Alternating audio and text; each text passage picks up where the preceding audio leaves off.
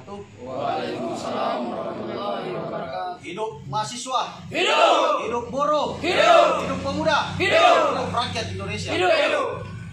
Assalamualaikum warahmatullahi wabarakatuh. Salam sejahtera untuk kita semua.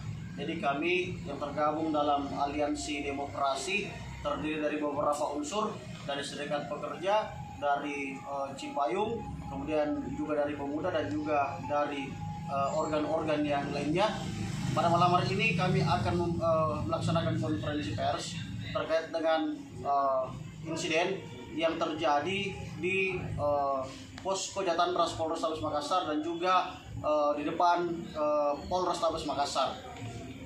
Jadi awalnya tentunya awalnya terjadi permasalahan ini di mana salah satu anggota buruh TK Bagasi Labuan Makassar itu mendatangi kantor advokat yang tergabung dalam lingkaran aktivis Indonesia, itu kemudian meminta tolong terkait dengan adanya keluarga yang diambil atau diamankan oleh Jatantras Polrestabes Makassar.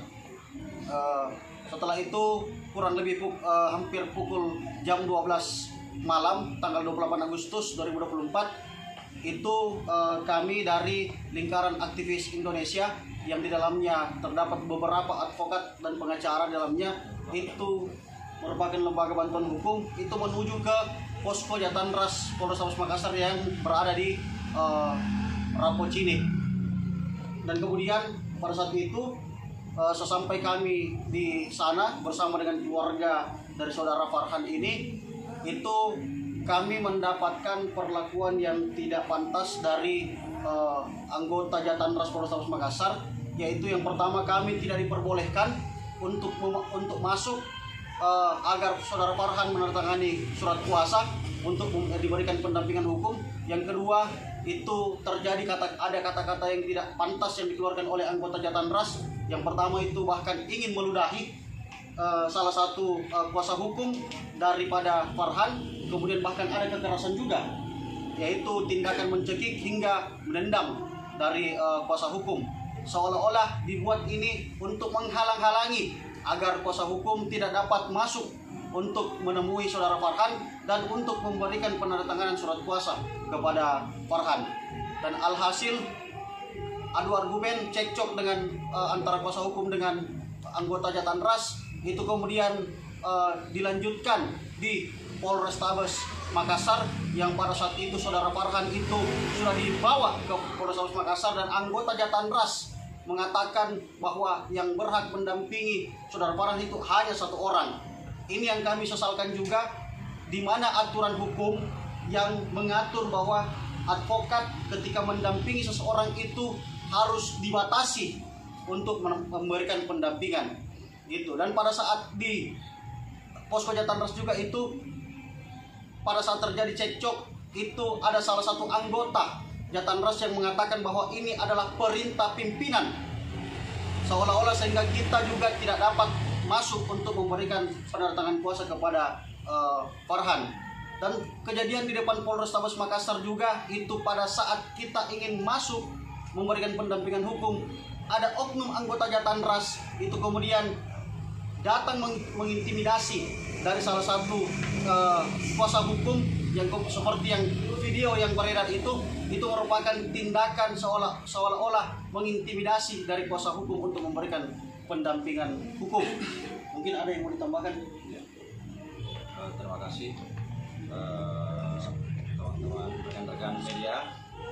Jadi saya sedikit menambahkan, jadi saya Ahmad Sulfikar yang merupakan advokat atau kuasa hukum daripada saudara Farhan yang pada waktu itu berada di Posko Jatantras bersama teman-teman, dan dalam surat kuasa itu datangi Posko Jatantras dengan maksud untuk bertemu dengan saudara Farhan, meminta kepada tim Jatantras untuk mempersilahkan kami bertemu dengan saudara Farhan menandatangani surat kuasa. Kemudian pada waktu itu kami dihalang-halangi untuk bertemu dengan saudara Farhan, padahal tujuan kami hanya untuk kemudian memberikan akses bantuan hukum. Kemudian terjadi insiden tindakan represif yang dilakukan oleh anggota tim Jatanras Polrestabes Makassar terhadap saya sendiri dicekik 2 kali oleh salah satu anggota Jatanras pada waktu itu. Jadi terkait dengan itu saya serahkan kepada kemudian setelah itu pada keesokan harinya tanggal 29 Agustus 2024 itu kemudian kita mendapatkan informasi bahwa saudara Farhan ini itu kemudian dikeluarkan dari Polrestabes, dan kemudian kami datang mengunjungi saudara Farhan itu di kediamannya di Jalan Binumbu ya Farhan. Kemudian dari pengakuan Farhan berdasarkan video yang beredar itu ternyata adanya dugaan tindak kekerasan terhadap saudara Farhan selama berada di posko Jatanras Polrestabes Makassar.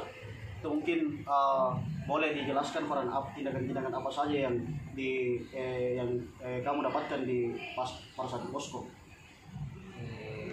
Saat saya di posko dipaksa mengaku bahwa ini teman saya dapat uang 100 dari saya, padahal itu 2 hari tidak ada pinjam obat untuk pasien.